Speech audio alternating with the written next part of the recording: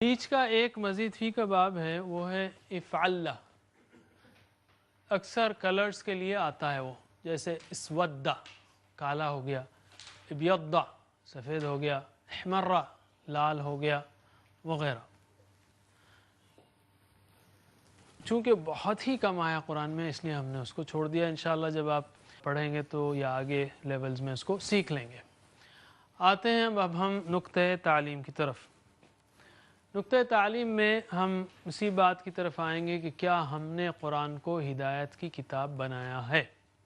कहना आसान है, उसके चंद क्राइटेरिया हैं क्या हमने बनाया है। जैसे हमने कहा पिछले सबक में कि अगर मैं उसको समझने का अहतमाम करता हूँ ताकि वो असर मेरे अंदर आए, जिसको अल्लाह ताला ने कहा ये अल्लाह की हिदायत है। ये रोंगटे खड़े होने से क्या होता है, यानी अल्लाह ताला का खौफ खशियत पैदा होती है, गोया तक़वा पैदा होता है, और वो रेडी होता है हिदायत उसूल करने के लिए। हुदल लिल मुत्तक़ीन है, कुरान जो है हुदल लिल मुत्तक़ीन है।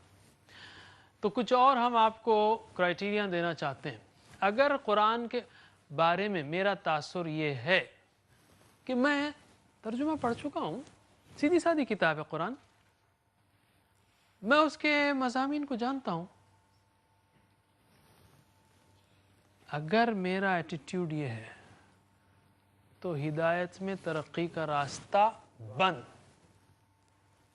अगर इंसान ये समझे मुझे सब मालूम है, लिखा हुआ कुरान मालूम है, नमाज रोज़ा ज़कात हज जो आखिरत निशानियां हैं, क़िस्से हैं आदम अलैहिस्सलाम के, हूद अलैहिस्सलाम के, इब्राहीम अलैहिस्सलाम के, ख़त्म, बंद हो गया तरक्की का रास्ता। उसने अपने आप पर बंद कर लिया तरक्की का रास्ता। बल्कि हम अक्सर करते हैं कि कभी लेक्चर या कुछ तैयार करना हो तो मज़मून जहन में होता है और बस वो चुनिंदा आयत लेना चाहते हैं बस, और बाज़ बेवकूफ़ तो कुरानी को हिदायत देने बैठ जाते हैं, यानी अपने जहन से उसको तोड़ मरोड़ के पेश करते हैं। कुरान से ऐसे रुजू होना चाहिए कि ये अल्लाह की किताब है और मैं बिल्कुल जाहिल हूँ। अल्लाह के सामने झुक जाना चाहिए, ज़री भी ये अज्यूम नहीं करना चाहिए मुझे सब मालूम है और ये तो आयत ये मालूम है, नहीं, इसमें तदब्बुर, इसमें गौर फिक्र सोच कि अल्लाह ताला क्या कहा आपने इसमें, इसके बाद ये क्यों है, इस आयत से मैं इसको ज़िंदगी में किस तरह ला सकता हूँ, ये आयत आपने मुझे क्यों सुनाई, मुख्तलिफ पहलुओं से। और साथ ही साथ जब तक किसी एक आयत के माने से भी मैं महरूम रहूँ तो भी मुझे एहसास हो महरूमी का शदीद। अल्लाह ताला ने कहा इन्ना फ़ी ज़ालिका लज़िक्रा लिउलिल अलबाब, अक़ल वालों के लिए इसमें नसीहत है। तो इसको देखकर बाज़ उलमा कराम जब उनको आयत कोई समझ में नहीं आती तो कहते कि अल्लाह प्लीज़ मुझे आपके नज़दीक अक़ल वाला बनाइए। समझ रहे हैं आप, क्योंकि अल्लाह ताला ने कहा अक़ल वालों के लिए इसमें नसीहत है, याद दहानी है। तो कहते थे कि डरते थे कि कहीं मैं अल्लाह के नज़दीक अक़ल वाला नहीं हूँ, मैं महरूम हूँ।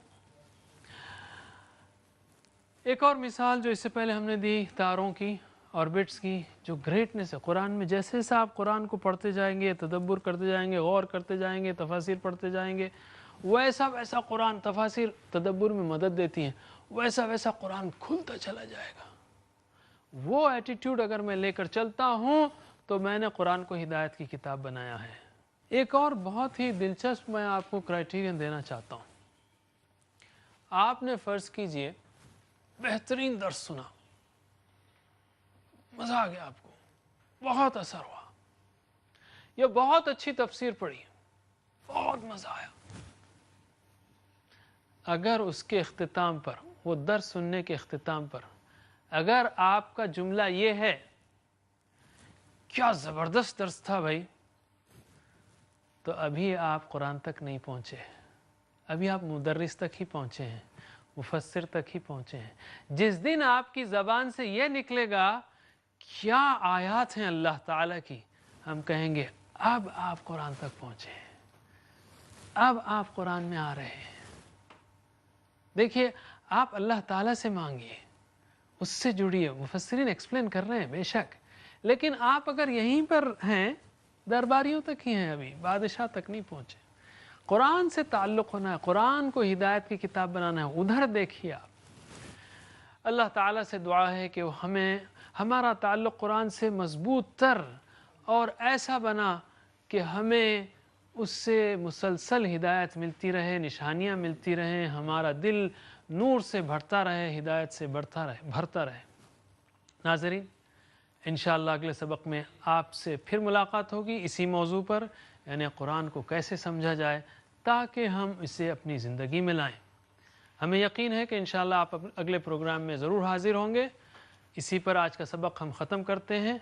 اللہ سے دعا ہے کہ وہ ہمیں قرآن پڑھنے، سمجھنے، عمل کرنے اور پھیلانے کی توفیق دے۔